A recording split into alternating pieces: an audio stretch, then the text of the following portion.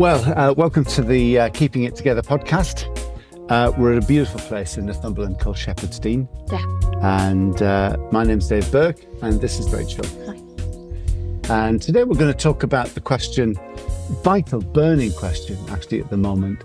Would you survive a zombie apocalypse? Do you know, I have a friend from my childhood who genuinely has a survival bag for if this were to actually happen. Is that right? I'm deadly serious. She has tinned food in there. She has some knives and things in there that she has in case something like this were to ever happen, which I've never heard of anybody actually doing. Right. But well, survivalism is a thing. Yeah. And there are people who are preparing even now for World War III. And I think with the political situation worldwide, global politics, that might not be an unwise thing to do. Well, there were people, obviously when the millennium turned, people really believed that some sort of Armageddon type thing might happen, and people did store up tins and all sorts of things in their bunkers. They did do that. What got me thinking about this is we're in Northumberland. We're only a few miles from most of the locations where Danny Boyle's movie 28 Years Later was filmed. And I actually met Danny Boyle a year ago. Claim to fame, Dave. That's right. Housesteads. He was on his way to eye up a location on Hadrian's Wall. Very good. And we had a good chat. So I'm going to go and see the movie. But it's not my kind of movie, Dave. I'm not going to lie. You're not going to find me in the Odeon watching that one, I'm afraid. It could be zombies. It could be a car crash. It could be violence in the home or a fight in a pub. It could be a terrorist incident. It could be long-term, low-level abuse. It could be all kinds of things. But all of those things bubble in the human psyche into the thing that we call trauma. And trauma is really important. So the question, how do we get through a traumatic incident is actually really important. And help me a little bit with trauma. I'm going to have a more specific conversation with Dr. Hillary on trauma and really unpacking, well, what really is it? Because it is a word that in society, it's becoming much more common to us. We hear this word trauma, and in our churches, we'll hear the word, church trauma, and all of those kinds of language. What are we talking about when we talk about trauma? It's a wide range of things. I'll give you an example. When I was in my teens, I was 17 years old, and I was trapped underground in a cave in the Yorkshire Dales for the best part of a day. We got out in the end, and afterwards, me and my mates, we had a good laugh about it and got on with our lives. It was a few months later when I realised this had knocked a big hole in my mentality. I was struggling in an enclosed space. Yeah. And by an enclosed space, I meant a car in a traffic jam. Right, wow. Or a lift. Yeah. And I couldn't go on the London Underground. I was terrified. And I didn't know it at the time. This was the 1970s. So, people who felt like that were, we had names for them I wouldn't use now. Sure. But over the years, I learned that I can handle that and grow through it. And it doesn't have to limit me.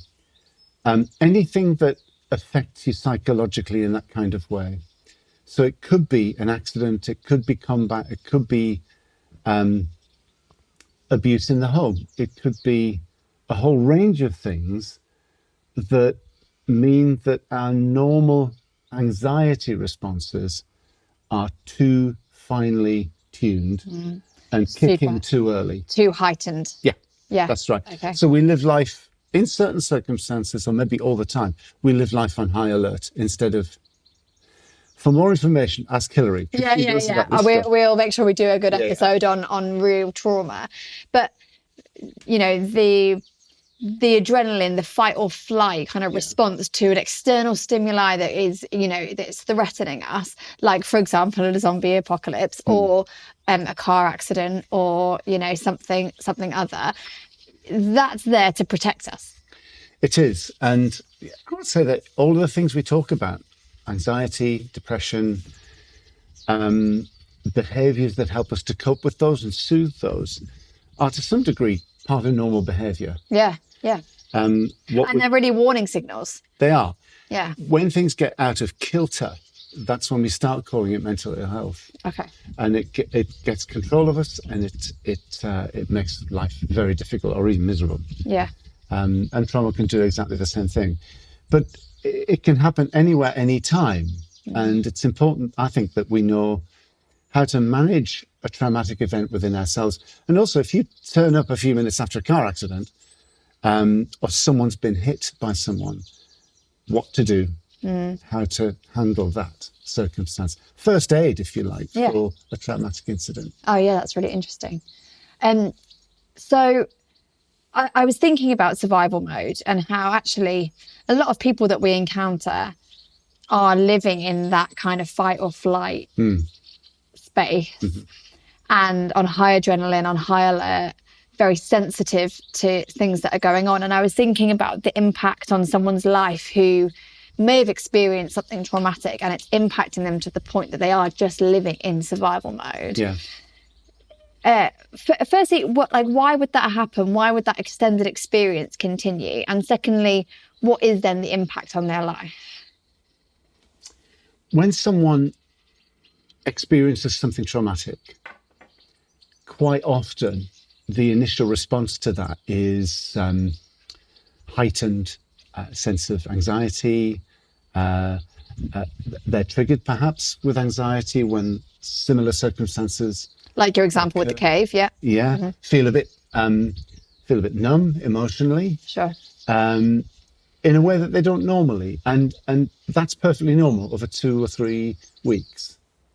Beyond that time, 4, 5 weeks, is the kind of diagnostic cutoff when a doctor might start to say this person might need some treatment, and starts to think in terms of post-traumatic stress as a possible diagnosis. Hilary will be able to give you a professional view of that. But I think most of us are just trying to hold it together so we get on with life. Yeah. At least I am. Yeah. And I think you just get on. So you develop coping strategies. For me, it was, first of all, avoidance. Don't go into a lift. Sure. Okay. Don't go into the London Underground. And after a while you think, hang on, I can't live like this. Yeah. So you develop other coping strategies. So I would carry a torch when I went on the London Underground. And I'd tell myself, if the lights go out, I can find my way out. Now, that's the kind of survival thing, that's just kind of holding on for grim life. You can't live like that, really, because it's robbing you of your joy and your confidence. And what you need to do is to kind of work that through. And a really helpful way to start to talk about it. Yeah. Well, I was just thinking as you were talking about the cut-off time around a lot of women experience baby blues after they give birth, after they have a baby. And that can be incredibly normal. And midwives will tell you it's very normal for you to feel some sadness or some anxiety, a little bit of lowness after you've had a baby.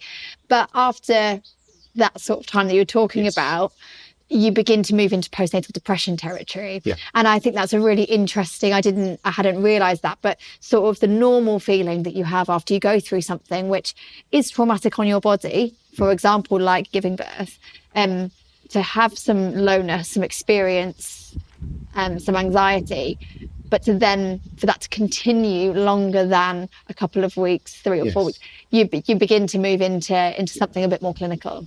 So one of the big things is time. How long is this lasting? So more than 3-4 weeks is a good time to talk to a doctor. Another thing to look at for is intensity. Is this overwhelming? Is it limiting my life choices? Is it limiting my life choices? Is it affecting my behaviour? And I guess the third thing as well is how much control do I have over this? If I have no control over this, if I can't think logically around it. Yeah. If I can't make good decisions, if my decisions are actually deeply influenced by not wanting to go there again, that's time to really to sort this out. Well, when I was looking at kind of what survival mode can do to us, there's a few things that stood out to me. One was actually cognitive function and ability to make decisions. Yes.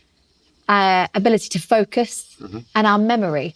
Yeah. I was really surprised by some of those things because I thought that if we're more on high alert, maybe our memory would be sharper. But actually, what the research shows is that we can forget important things or have real trouble making good decisions. And I think many people who I know who are experiencing trauma, who live in survival mode, I've often looked at their life choices and thought, why on earth are you going down that path, or why are you thinking like that, when actually that's exactly a symptom of what's happening to them. Yes, it may well be.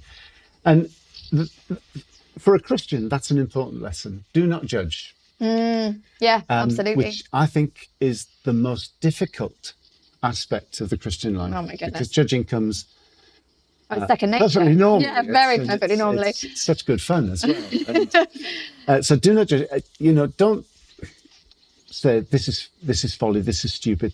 Listen carefully to what's been going on. That person's story is so important. And the less judgment there is in our culture, the more likely people are to be honest about their journey. And that can be really, really helpful. So time, the amount of control, but also kind of over long term, trauma turns out to be the probable cause of much mental ill health. Yeah. We need to know more about it. It's worth talking a bit about also, if somebody does come and talk to you about a traumatic incident, good ways of handling that. I think for start, just let people talk. Yeah. It's thought to be unwise to say, oh, that sounds terrible, tell me all about it. Let that person tell you if they want to, but don't necessarily probe. And do you want to talk about it? Do you want to talk about it? Yeah. Getting people back to normality is very helpful. So giving them experiences of normality, encouraging normality to get back again. So after a car accident, getting people, make them a cup of tea, have a chat about the weather, those kinds of things seem to be quite therapeutic. And encourage people, if you feel bad after 3-4 weeks, go and see a doctor and talk this through. Just make sure it's not going to affect you long term. Yeah. So if the zombies turn up and you do run away and get away afterwards, I'm going to ring my friend. She's very well prepared. That's the sort of conversation you should have afterwards. Yes.